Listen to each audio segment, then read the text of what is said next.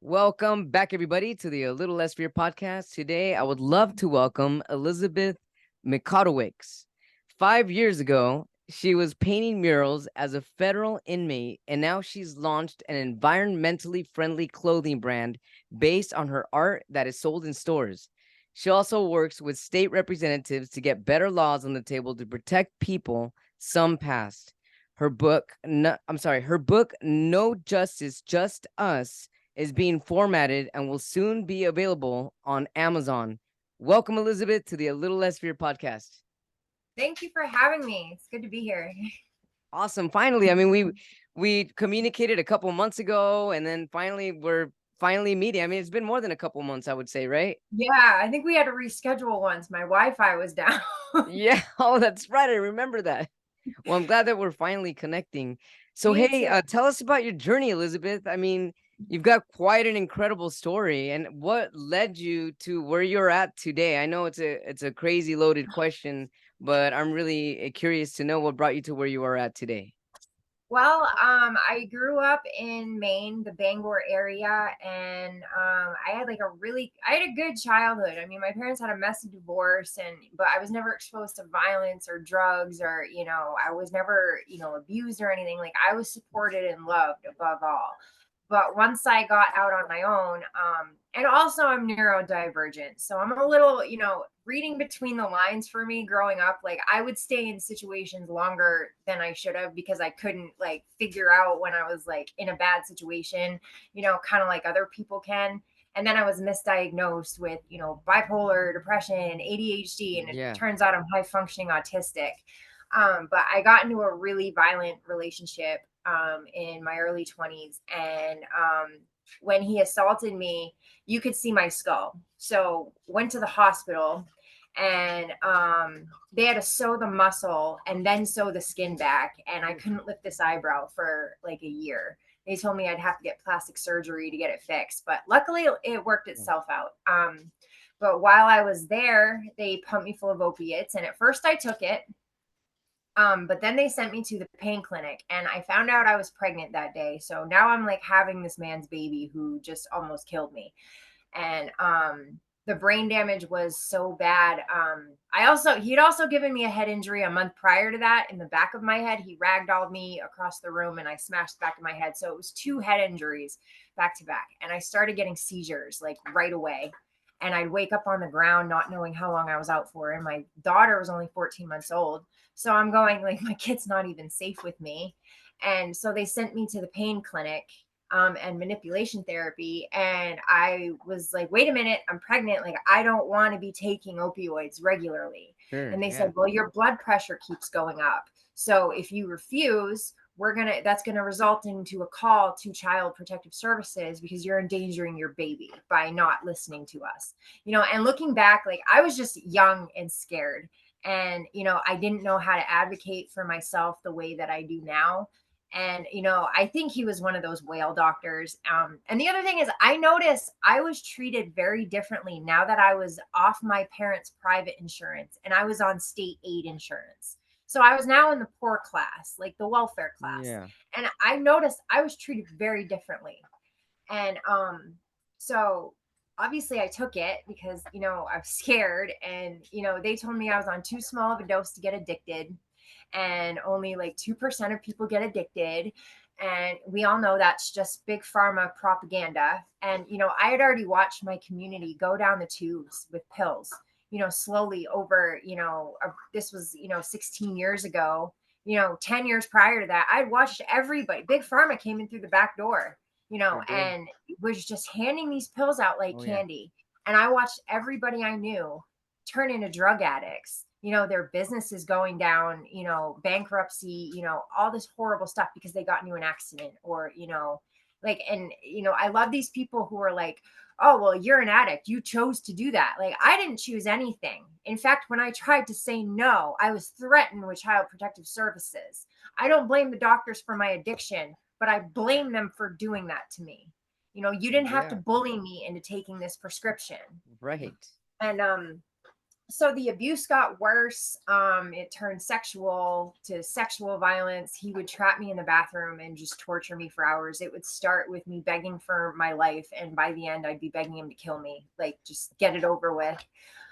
He choked me to the point my windpipe was damaged, and I would have these fits where, like, if I had hiccups or something, or if I moved the wrong way, my windpipe would close in on itself, and I would have to chug water for like 45 minutes. It would get To to the get point it to where I'd open throw it up. up. Yeah, to get it to open up. And this was so scary because the doctor's like, well, there's nothing we can do. It just kind of has to work itself out. And so I eventually went to the battered women's shelter. Once the final showdown between him and I, he put me in the hospital, then came after me with a shotgun later on, then got into a high-speed chase, came on the fire escape with a shotgun. Yeah, it was a whole, you know, movie. Like, they could have made a movie out of Sounds this. like a movie.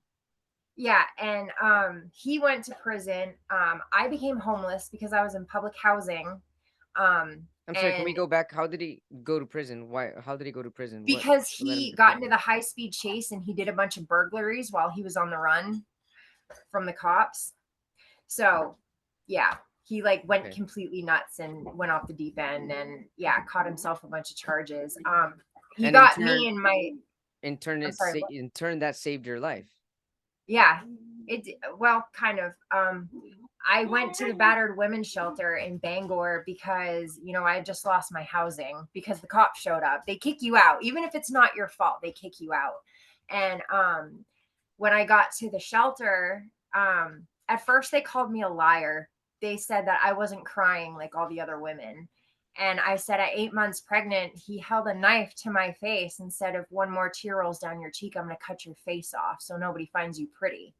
After that, I didn't cry. It was like nothing. Like, I couldn't cry if I wanted to. And Yeah. so I was like in shell shock. And because they didn't believe me, I was like, all right, fine. I'm going to go get the hospital records. I'm going to go get the police reports. And I brought all that back to them. And then they did a complete 180 and said, well, your injuries are so extensive and your situation is so dangerous that it puts the other women in the shelter in danger. They had 2 beds open. They could have gotten me off the street and, gotten me a voucher and gotten me into housing and, my life stable.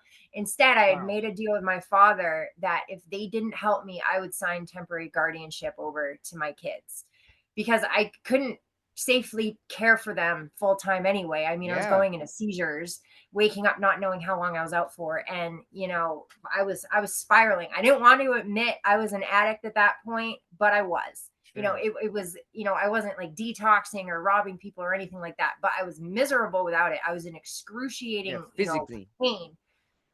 Yeah, from the head injury. And so, I was slowly spiraling into addiction. And and this is a problem with victim-based shelters. It's not just domestic violence shelters that's looking for clout and, donations, and then the real victims, they don't help them. The sex trafficking shelters are doing it too. A friend of mine tried to get in the sex trafficking shelter and they turned her away because she wouldn't snitch her pimp out. Like, these pimps get these girls' IDs, they know where their kids are, they know where their families are, like they get them cornered. And you're going to extort women's safety so you can get an arrest. That's not how this should work. That's law Right. enforcement's job. You should be able to do it without extorting these people's victims and, Absolutely. letting them slip through the cracks. And, this is why we have so many women in prison. 70% of women who are incarcerated in America have some sort of domestic violence or sexual assault before they even go to prison. Like, we are literally the women that slip through the cracks, and we were just desperate trying to be safe. So, and that's what happened to me. Because after that, I was like, well, now I'm homeless. No one's going to help me. I've gone to every, government aid, anything that's supposed to help you. And they basically all said, oh, because you signed your kids over, we can't help you anymore. You get no vouchers, you get no health care, you get no nothing.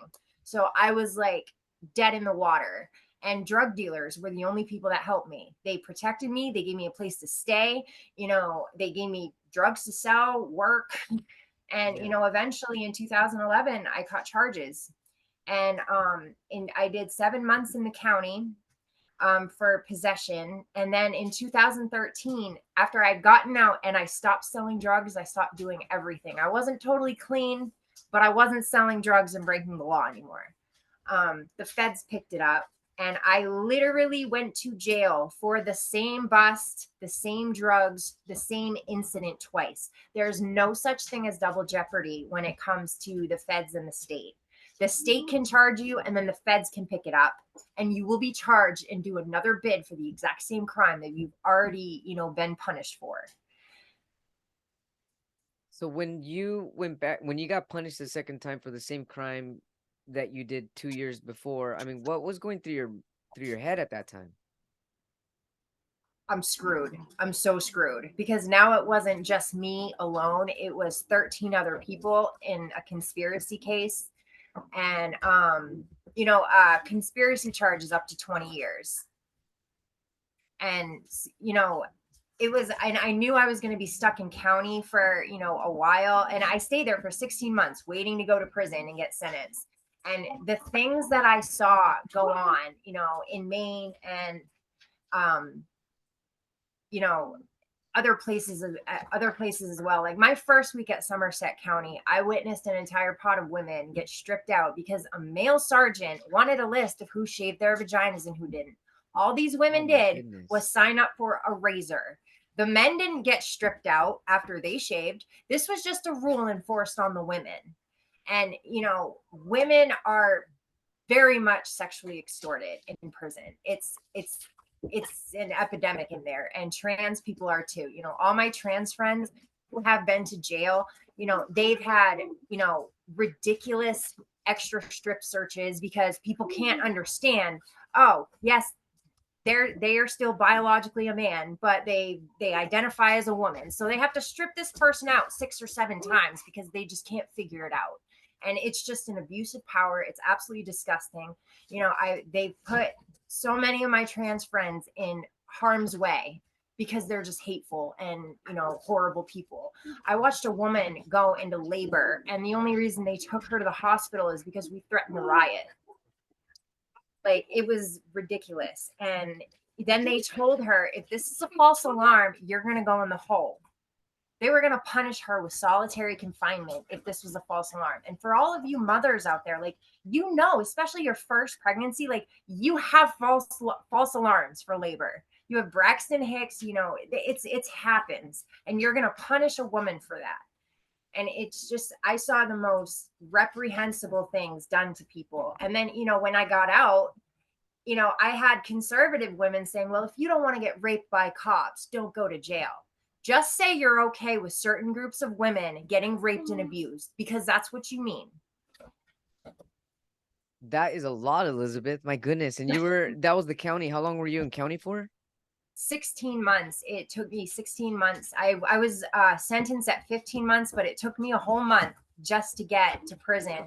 And they're so extra. Like, I was at Alderson in West Virginia, but to get to Alderson from Maine, they had to fly me all the way to Oklahoma. I stayed in Oklahoma prison. Sorry, my dog. Okay. Yeah, Oklahoma. They have an the airport is like, you step off the plane and you're in the prison. It's like a prison / airport / military base. And so you were in Oklahoma. How long were you in Oklahoma for? Just like a week. But yeah, Con Air is scary. Like, they have duct tape holding the plane together, and you're like, you're gonna put me on that plane that's wrapped in duct tape, and these marshals are just fine with it. Like, I mean, yeah, it was a nightmare. Yeah, I don't ever want to experience that again. And they just treat people horribly. My friend got hauled off the plane at gunpoint because there was a handicapped inmate who had no legs trying to get up the ramp, and he kept falling down and like hurting himself. And these marshals were just standing there laughing at him, wouldn't help him on the plane, wouldn't do anything. And she like flipped out on him. They pulled guns on her. Like, that's what they do. Like, my goodness. Elizabeth, when you're going through all that, I mean, it's like you're always in survival mode. Yeah. And which means that your stress levels and your hormone levels are out of whack and just on high alert all the time.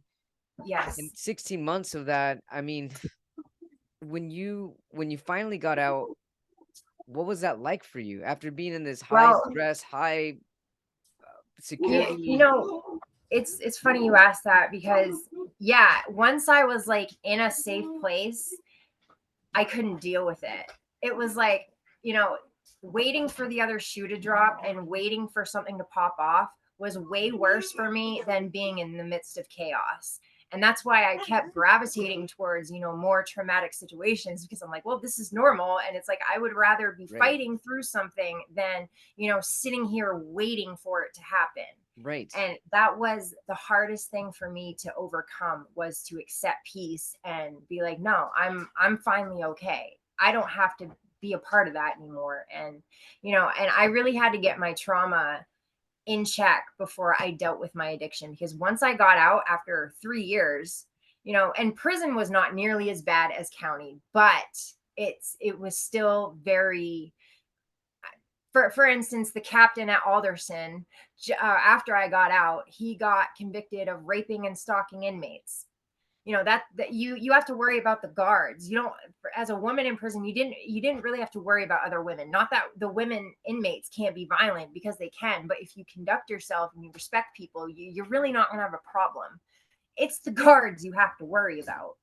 And they, they are they're vicious. They really are. I mean, I watched so many women die in prison of very treatable things. I mean, a girl broke her leg shoveling. That was her job, to shovel snow. She slipped on the ice. By the time they brought her to a real hospital, they had to re-break her leg because the bone had fused back together.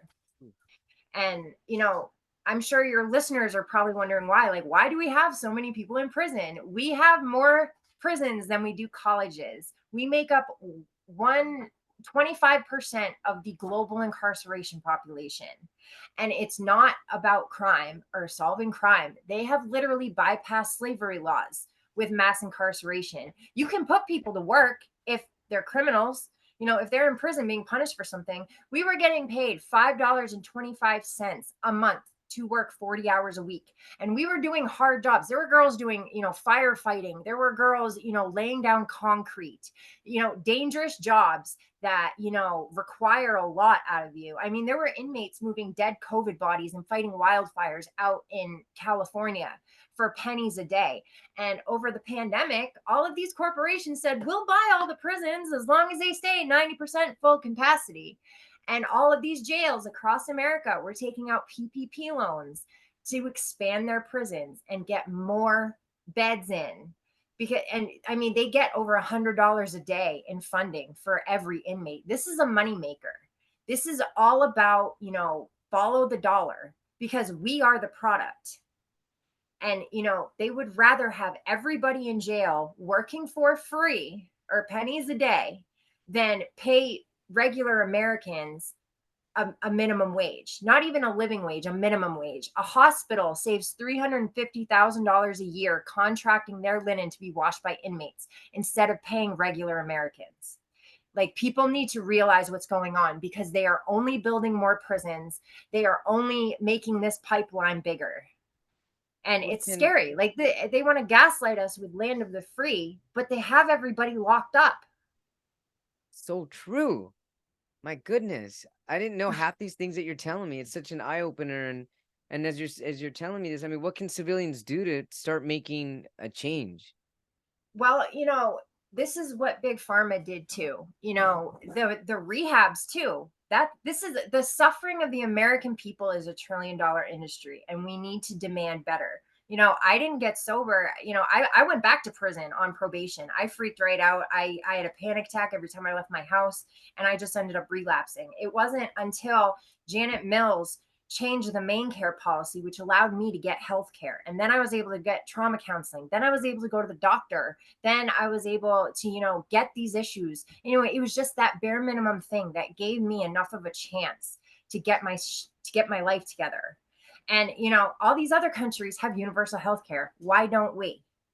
Yeah. And big pharma needs to answer for what they've done. They have, pumped our society full of opioids, full of Xanax, full of all these drugs. And it's not just the scheduled drugs, it's the psych meds too. when I got out, I went to the pharmacy to refill all of these psych meds that the prison had me on, that they said I had to be on, and it was over $1,300. I couldn't afford that. So I was Yeah. like spacing these psych meds out. And when you detox off of psych meds, you lose your mind.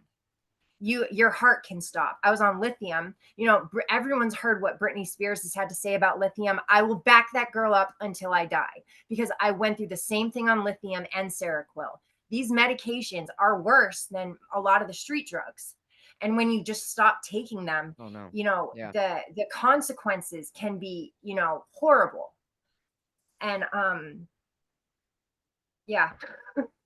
Elizabeth, so how did you start to get off these medications, and how did you start to, I mean, you mentioned right now how you finally got, I mean, a little bit of an open door, and you were able to see a trauma specialist. And so, I mean, Yeah. how soon were you able to see a trauma specialist after leaving the county, after Um coming out? pretty quickly, actually. It took me like a couple weeks or a month to get in. And yeah, they really need to have I testified at a bill in Maine to get inmates MAT treatment before release, so that they won't like have that shock, and then the first thing their brain does is go to the addiction card. And because that's what happened to me. And the bill sets these inmates up with MAT treatment, counseling, trauma, what caseworkers, whatever they need, so when they get out, these appointments are already set up. Like I am hoping that we can get that, across the board, because mental health is becoming a bigger and bigger crisis, as we can tell with the Lewiston mass shooting.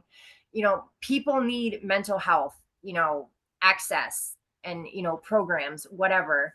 And my life completely spiraled when I was cut off from everything. And when I got out, I finally had a therapist really listen to me, and she's like, I just don't see this bipolar diagnosis in you. Like, I can see some of your symptoms, but that also, kind of spills over into autism and, other things. And you talk about your sensory issues in your hands, and, how Yeah. textures really bother you. She's like, I think you might be high functioning autistic Yeah. instead of, bipolar, which would explain why every time you get put on a bipolar med, it goes horribly wrong for you.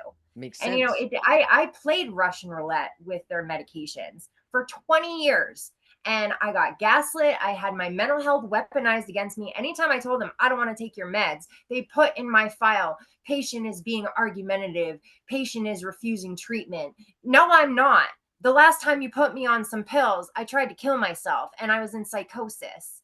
Like, Yeah. I'm not like that. I don't go into psychosis when I'm not on these meds you're putting me on. Right. Like Seroquel, I had a really bad reaction to Seroquel, and I was in solitary, having an officer, a sergeant, telling me to kill myself in solitary while I was in psychosis. This woman was in the paper after I got out. She told another inmate to kill themselves, and they had to cut that inmate down from a suicide attempt. He tried to hang himself, and this is what makes me so angry. There was an 18-year-old little girl who got charged in manslaughter because, or wrongful death, because her boyfriend committed suicide when she egged him on, as she should. You talked someone into killing themselves with mental health issues, you absolutely deserve prison. But if that sick little girl who didn't realize what she was doing could get 18 months for that, why is this officer of the law still allowed to work at this jail, getting her pension on taxpayers' money? My I mean, goodness. yeah. And Somerset County, and this is the bill that I'm working on right now, because there's something called PREA in prison. It stands for Prison Rape Elimination Act. And so if anything sexual happens, it goes under a PREA complaint instead of a regular grievance. Well, at Somerset County, they have illegal cameras inside of their SMU cells. They force me to strip in front of these cameras under duress of being maced and extracted. Now, when they extract you, they come in 12 deep, all suited up in SWAT gear, batons, electric shock shields. I mean, they have these canisters they throw in your cell, and it's not like mace. These canisters have chemicals that basically gas bomb the entire unit. So it goes through the vents. So everybody that wasn't doing anything wrong is getting this collective punishment. and it's designed to take the oxygen out of your throat. So you feel like you're suffocating. It's absolutely Oh terrifying. goodness, I've sounds never been in a awful. cell directly hit with this, but I've been in a unit that was hit with it, and it's horrible.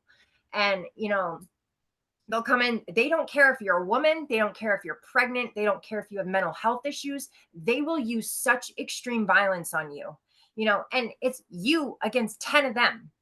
So that's what happens when you say no to these people. That's what was going to happen to me if I refused to strip in front of a camera that men were watching in Central. And so I filed a PREA complaint at when I got to Alderson. And okay, first of all, these institutions get to conduct their own investigations, and that needs to stop across the board, whether it's a college, whether it's a hospital, I don't care what kind of institution it is. They should not be allowed to conduct their own investigations. Yeah, I because then wish they're I could gonna know what investigate to get my away with. crimes. Right. Like, I wish I could investigate my crimes and my wrongdoings and give the final, Right. like, what the hell's wrong with you? But so when Alderson got the complaint back, they admitted to everything I was complaining about and they deemed it unfounded. So when you deem it unfounded, it doesn't go to an outside source. That's how they just bury it. That's it. It's done. Nothing you can do. Well, Alderson wouldn't even allow me to hold it. They read me the results, wouldn't even let me hold it to like look at it myself. And I could said, okay, fine, give me the results so I can mail it home. Yeah. No, we don't do that. We don't do that. Like, imagine like filing a complaint about something or any type of paperwork and them telling you, no, you can't have a copy of it. That's Because terrible. That's that's what they're awful. doing. Yes, that's what they're doing to inmates. So this is how they bury the abuse. Now, when you get out of prison, you have 100 days to file any kind of lawsuit, whether you've been in for 10 years, whatever, because you can't file it while you're in there. So you have to wait when you get out. They give you a little bit of grace period. Well, the first thing they ask for is, where's the PREA complaint? Where's the outcry at the time? I went to the Freedom of Information Act. I went to the DOJ. I went to the BOP. None of them can find this complaint. It is gone. The only people that have it are Somerset County Jail. And like I said, the captain at Alderson got convicted of raping and stalking inmates. They also got convicted of tampering with PREA evidence. So they got rid of my case. They got rid of my complaint. So Somerset County is the only people who have a copy of this, and by law they have to give it to me. I requested it when I got out.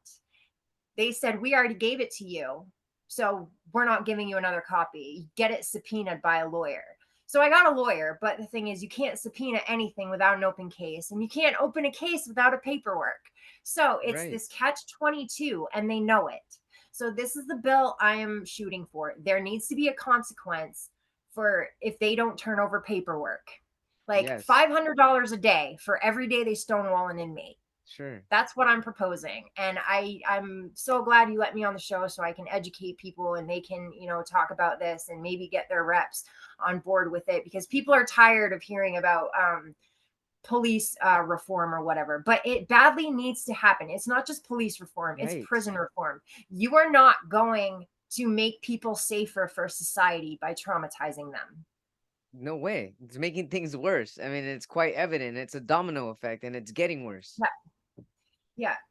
And solitary confinement, they did a study on it, and it literally slows your brain down from the lack of stimulation. So after 6 weeks, when I got out, literally people talking over each other would make me panic, and my first instinct was, who do I got to fight to make this stop? Like, that was my first instinct, was violence, because in solitary there's no stimulation. So regular stimulation feels completely overwhelming. It feels like chaos to you when you get out of solitary. And the only stimulation you get in there is violence and chaos from the guards. So your brain has this, That becomes your normal. yes. So then the chaos becomes a normal. And then the minute you get overstimulated, you want to go back to that quote unquote normal, which Yes. is being in that defensive state. Yes. Yeah, and I like, it's been almost 6 years this December since I got out of prison for good, and like, I still feel sick every time I go into Walmart. It's like way too much stuff and everything's moving really fast, and everybody that gets out of prison has an issue with Walmart. And that's one thing I've noticed, because it's so overstimulating and you're just not used to it. You're used to white walls and, whatever else. Yeah, now there's people everywhere. There's kids everywhere. People with their dogs inside. This is on sale, and someone's greeting you over here, and it's like, oh my goodness, yeah, I can see that. I can definitely see that. Yeah. So Elizabeth, when you finally got out and you're talking to a trauma specialist, when did you? Okay, so then you had to taper off all the medications. Yeah. How long did that take before you were done with the withdrawals and all the side effects and everything that comes with all that? So, lithium is very dangerous if you just stop taking it. Like I started hallucinating immediately. I was feeling like crazy heart palpitations. And when I went back to prison because I messed up probation, I'm in the office talking to the psych doctor, and she's going, "You have a bipolar diagnosis. Why are you on antidepressants?" And I'm like, "Because the jail put me on it. Like, I'm doing what I'm told so I don't get put back in solitary, because that's how you people operate. If we don't take your medications, you punish us horribly." Yeah. And she goes, "This is very dangerous for, your diagnosis. If you're bipolar and you're given antidepressants without a mood stabilizer, it can make you homicidal or suicidal." And I go, "Well, that explains all, every time something bad happened, it was usually an antidepressant. And I usually had a really bad reaction to it." So, and if I stopped taking it, this took me 7 months from the time I was at Danbury to the very end of me tapering down off of this. Like, my lips would go numb. I'd feel like I was going to go into a seizure. Like, it is really hard to get off of these medications. So it took you And 7 months so one, to taper off of lithium. no, not lithium. It was one of the Seroquel? no, not Seroquel. It was an antidepressant. I want to say like Celexa or something. Okay. Or Wellbutrin. I can't remember. I've been on so many, it's like Yeah. I can't remember which one was which. But when I got out, I was still on lithium, because lithium fixed my sleep problems. I will get manic, but I won't stay up long enough for an actual bipolar diagnosis. You need to stay manic for a week for it to be an actual bipolar diagnosis. The longest I've stayed up without, substances was 2.5 days. And then I'd crash, and then I'll sleep through alarms. Like, nothing can wake me up. And then if I do wake up, it's like my brain doesn't turn on. Like, I could instantly fall back asleep.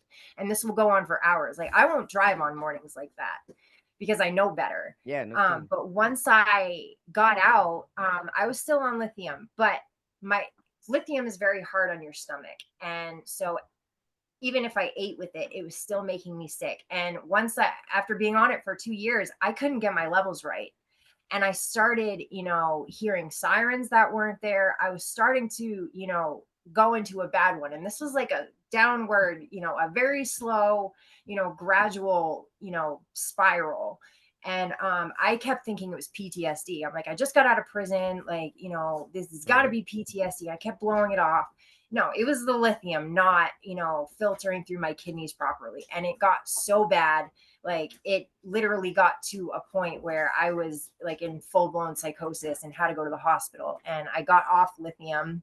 And then I went through a bunch of more meds, because I still, I didn't realize I was, high functioning autistic, and I was still with bad therapists who were trying to force medications on me. And they kept telling me, well, you get better if you just, try this new med. I'm like, yeah, the last one, left scars on my arm, and I didn't even know what I was doing. Like, I needed stitches for that, because it made me like, like, these medications, when they pull you into a suicide spiral, it's like all hope is gone. There is no reasoning with it. It's literally like a bad trip. Like, that's the best way I can describe it. It is like a bad trip. And, you're just not with it. I wouldn't leave my house for a month. Like, I went through this agoraphobia phase on these medications. And finally, it was just like, I am done screwing around with these medications. Like, you have ruined my life enough with these medications. I'm not even doing drugs now. Like, and I'm still like a mess. Yeah. So, I got off all of that. I was in the MAP program for a little while because I was trying to figure this out. I'm like, dude, I'm gonna end up, relapsing, and everything's fentanyl now. So I'm gonna end up dying. That's what I was scared of. So I got in the Suboxone clinic because I was just like, I am not okay right now. And for people out there who are like, oh, well, you're not sober if you're on Suboxone, you don't have the right to say that to people. If you are taking a medication, because some people are just have the problem of the addiction. I have trauma attached to my addiction, and I have chronic Right. pain attached to my addiction. So this is a completely different monster than what most addicts deal with. And when I was on probation, I had one therapist tell me, you are the most dangerous kind of addict. People with chronic pain and trauma are the ones who very rarely make it out. And so I'm like thinking, I'm like, well, great. Like, I have no hope of, making it. Right. You know, and then the prosecutor, when I ended up going back, the prosecutor said she'll never get clean. Her PTSD is too severe. She will never get clean. And here I am, almost, 6 years later, and I'm doing very well. I struggled a lot, the first, 2 years when I got out, because I was still doing what the doctors were telling me. And finally, I'm so grateful to that one therapist who was like, I just don't see the bipolar in you. Like, I can see kind of a little bit, but not enough for the DSM-5. And when I was diagnosed, I was only 3 weeks sober. You're not supposed to diagnose somebody until they've had like at least 7 or 8 months of sobriety. Very true. So it was that one therapist that led you to realize, hey, all those other diagnoses and all this medication, all of this is bogus. And Yeah. then you were able to see yourself in a different light. Yes. And I started trusting myself more. Like, at first, like, when I started doing the political stuff, I was like, why would they ever listen to me? Like, I'm just a, convict recovering addict. Like, why would they ever listen to me? And then, I changed my thinking. Well, why wouldn't they listen to me? I'm their Yes. failed statistic. I know exactly what's wrong with everything, that they're claim to try to fix. And I started writing to them, and they took some of my proposals and put them into bills. And just because you've been down a different road doesn't mean you don't have a value perspective. I love that. I love that. Thank you for sharing that. That's excellent perspective. And so then you started to change your life around and you became an entrepreneur. Yep. Well, I always had cleaning jobs when I got out, because when I worked at the Ramada, and while I was there, I had a psychosis episode where I walked into a hotel room, and you could smell crack.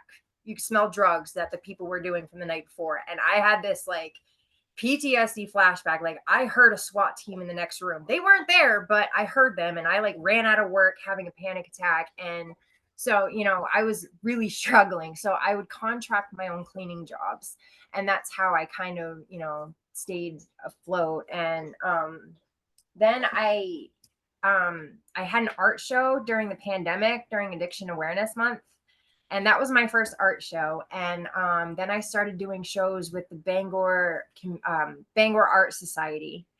And then I found this Canadian brand called Le Galeriste, and they basically take your art and turn it into this beautiful, feminine, environmentally friendly clothing brand. And so I started doing that over the pandemic, and like all the designs are originally mine. And so that's what's so cool about it. Like, you can pick out whatever you want, and you could like match a whole outfit with one of my paintings. That's And I just thought incredible. that was so cool.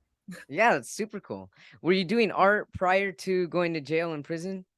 Yes, I did. I kind of lost sight of it once my life fell apart. But once I went back to jail, I painted murals at some of the jails. So my artwork is all up at Danbury. And that was my side hustle. I would paint the inmates' cups. I'd sand them down, and I'd have some smuggled paint, and then I'd seal it with floor wax. So when so they could wash it and the paint won't come off. And I do portraits in there. I do, stationery for people. And yeah, it was a lot of fun. I made $57 a month painting murals. It was one of the highest paying jobs in the prison. That's incredible. Everyone So else you was had one making of the like, highest jobs in prison doing something that you loved. yes, it was definitely more of a blessing when I had that job. Oh yeah, I can see that. And so how did you get back into the art scene when you were finally had a clearer mind? Like how did all of this come about? Well, they would do sidewalk art shows in downtown Bangor. So I went talked to some of the shops downtown, and I was like, I know you guys have like displayed artists before. I was wondering if you'd display my work. And they're like, oh yes, we do. Your Addiction Awareness Month would be perfect for you, like in your story and everything. And the media ended up showing up for that one, because yeah, I was all through the media like in a very bad way, you know, in 2011, 2013. So it was cool that they showed up, you know, as a success story for me. Yeah, absolutely. And so then what did it feel like for you to see your art on clothes?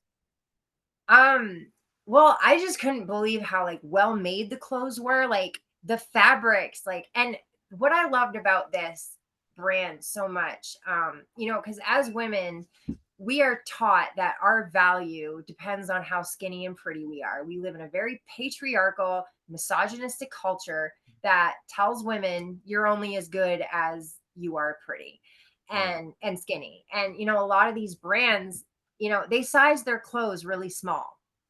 And I would watch my friends, you know, we'd be trying on clothes and they'd put their normal size on and be way too small and they didn't gain any weight. And they would go into like this body dysmorphia because certain brands just really want to size their clothes, you know, super small. And so I was really happy with this brand that, you know, it comes in plus sizes. So it's very inclusive to all body types. And even like my size clothes, it's all a little bit big. So it's not going to make anybody feel bad. And I was so happy about that because, you know, we just live in a very toxic, you know, materialistic culture that, you know, extorts women. And you know, this brand, I want it to empower women and lift them up, or anybody who embodies the divine feminine. I don't, no genders matter to me. Sure. Everybody's welcome. So thank you for that. And so you came into alignment with a company that also carries the same perspectives that you do as far as equality and making sure you embrace all different forms of women, heights, weights, sizes. And that also goes with your heart and everything that you've experienced to overcome everything that you've overcome. Yeah. And so what makes it environmentally friendly? So they use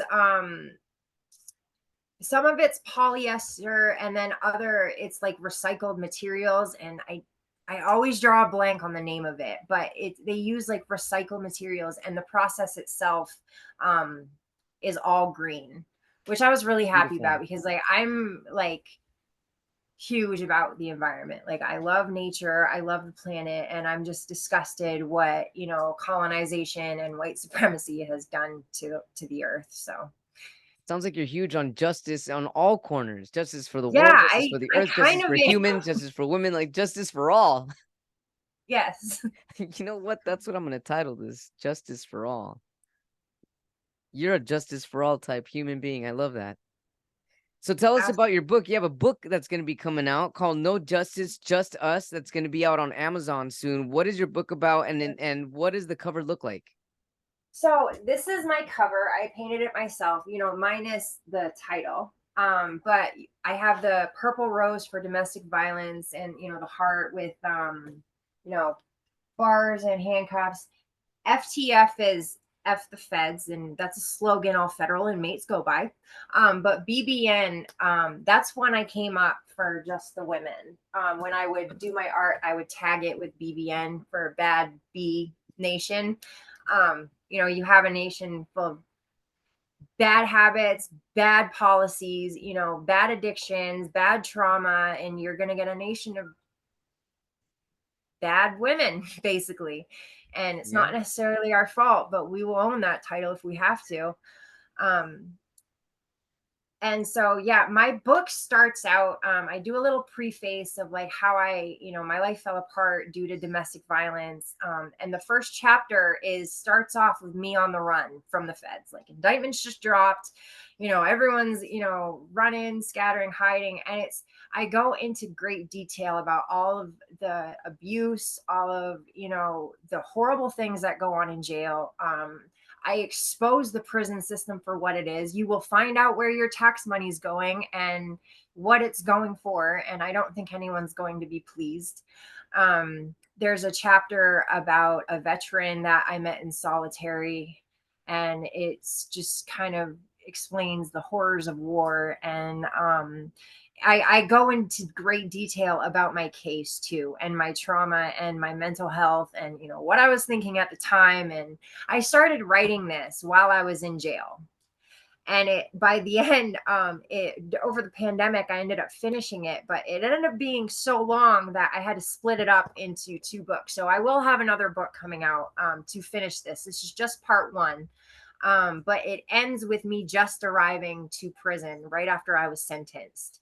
And I go into great detail about, how I was under this illusion of white supremacy my whole life. And it took me going to prison to see through that. Like, I grew up in Maine, which is 94% white people. Like, we don't see the oppression up there, like it's just not, a normal thing you see. And then I go to prison and I'm meeting women, a handful of women that had all been sterilized against their will. And this was before Trump filled up the ICE camps. And you heard about, the refugee women getting sterilized against their will. They were doing this to American women before that. And after like the 4th woman, I realized not a single one of these women is white. And now all of a sudden, years later, it's a great day for white lives with the overturning of Roe v. Wade.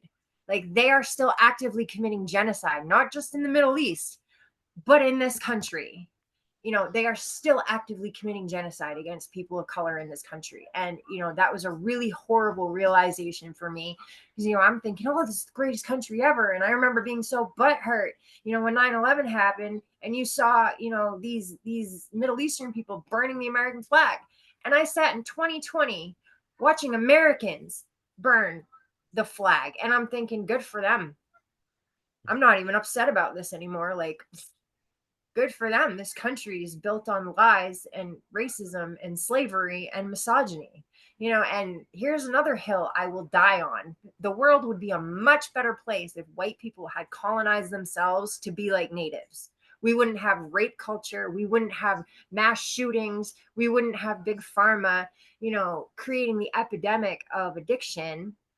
And that's another thing. All the rehabs, they have a 94% failure rate. And it costs like $30,000 for like 30 days. It sure does. A friend of mine's nephew got kicked out for drinking a cup of coffee in the wrong part of the rehab at the wrong time of the day. You wouldn't have that rule for a cancer patient, but you have it for addicts. So when you kick that person out, you get to say no refund on your 30 grand. And then you just fill that seat again, another 30 grand for you. And you don't even have to do anything. This is all a money pit. And like I said before, the suffering of the American people is $1 trillion industry. And like, we really need to address it, because this is only going to get worse. They only want more prisons, for the poor and for the mentally ill and, battered women that, got a little too loud. And, and the things that they're doing to children in there, predators flock to these institutions for employment. And one of the hardest chapters in my book is called White Christmas. It's about a 17-year-old juvenile that they sent to Cumberland County with us. And they call these kids juveniles because they want you to forget that they are children. You hear the word juvenile and you think delinquent. This is how they dehumanize this group of children who is incarcerated and have nowhere to go. They are being held by abusive people. And this little girl was brought to us because she ended up stabbing a CO after she repeatedly got raped and she couldn't take it no more. So they brought her with the adults. On Christmas, they told her she was going back for her last 2 weeks, that they were sending her back to the custody of her rapist. and she lost it and broke open a razor and tried to kill herself. She slit her throat that night. That was better than going back there. This is what these kids are going through. And Long Creek Juvenile Detention Center in Maine needs to be shut down. Every couple months, they're in the paper for breaking a kid's arm or rendering them unconscious. You know, a bunch of three trans kids in like 2 years committed suicide. I mean, it's awful what is being done to these kids. And you know, the prison pipeline, you know, I keep hearing all these Republicans, we need cops in every school with guns. And okay, well, you did that and you didn't stop a single school shooting, but you did send a bunch of black and brown kids right to jail, right to these juvenile centers over petty, dumb things that you would never send a white kid there for. And, you know, it's cash for kids. You know, these judges in these jails, they're getting money for these kids. This is human trafficking.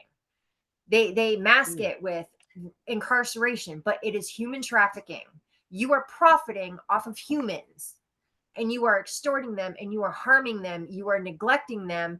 You know, I mean, so many women died of very treatable things in there. You know, you don't get health care. I love these people who are like, oh, you get free health care in prison. No, you don't. No, you don't. I've watched people die. You know, one of my old bunkies had a heart attack. They put her in solitary. That's the medical help you're going to get. We'll monitor you in solitary. So what's the biggest take? Did you share all this in your book? Yes, I go into great detail, all that and way more.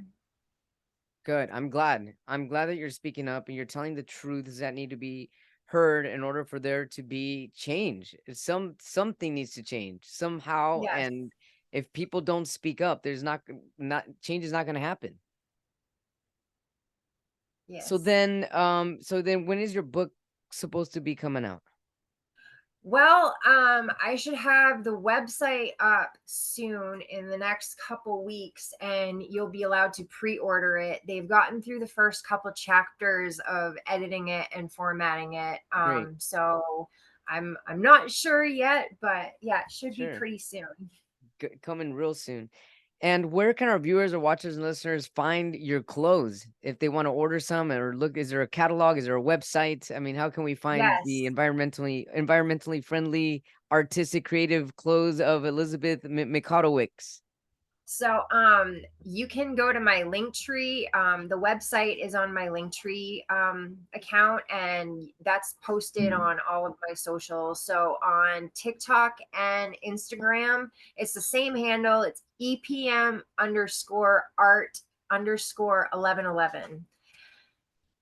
Or you could just go to the website itself, but I figured my Instagram makes it easier. It's legalleries.com/en/elizabeth.micotowicz. And you have to put the elizabeth.micotowicz and all that stuff on because that will take you directly to my website. If you just put Legalleries in, that will be their main website, and they have other artists other than me. So yeah, you have to put my name on the. So come again, that was galleries.com/ Here, hold on. I'll put in the chat. Oh yeah, great. Thank you. Appreciate that. And so how does it work for you do you get orders? Do you get custom orders? People asking for, how does that work for like your art and creativity and getting people what they want on certain articles of clothing? So you can go directly on the website and order it yourself. There's a few stores that I have it being sold in. Bangor Wine and Cheese in Maine, and the Marketplace down in Texas. I want to do you know those like craft fairs and stuff like that. I want to bring it there too, but I haven't had a chance to yet. So it's www.legalleries.com/en as in Nancy /Elizabeth.Micotowicz. Excellent. Thank you so much for that. So how can our viewers or watchers and our listeners find you if they need to get a hold of you? Just hit me up on Instagram or TikTok. I'm always up for, doing speaking events, or if you want advice on how to get in touch with your reps, or if you want to help support me in some of the changes I'm trying to make, I'd love to talk to you about that as well. Yeah, just hit me up on TikTok or Instagram. Elizabeth Micotowicz here on a Little Less Fear podcast. Thanks so much for sharing your incredible story, your journey, and your perseverance, your justice for all. You speak clearly. You speak, I mean, like you're ready for movement. You're making movement. You're making noise. You're making things happen. And I could see a lot for you coming up for you in the future. And just keep going, keep sharing your light. You've come a long way for a reason. You're going to motivate. You're motivating me. You're motivating all kinds of people all over the world. And just don't stop. You got this. I'm just really incredibly proud of how far you've come. Thank you so much for sharing your love, your light, your energy, and keep going, Elizabeth. Keep going. Thank you. Thank you for having me. It was awesome to Absolutely. finally meet you. Yeah, definitely. So nice to meet you. Take care now.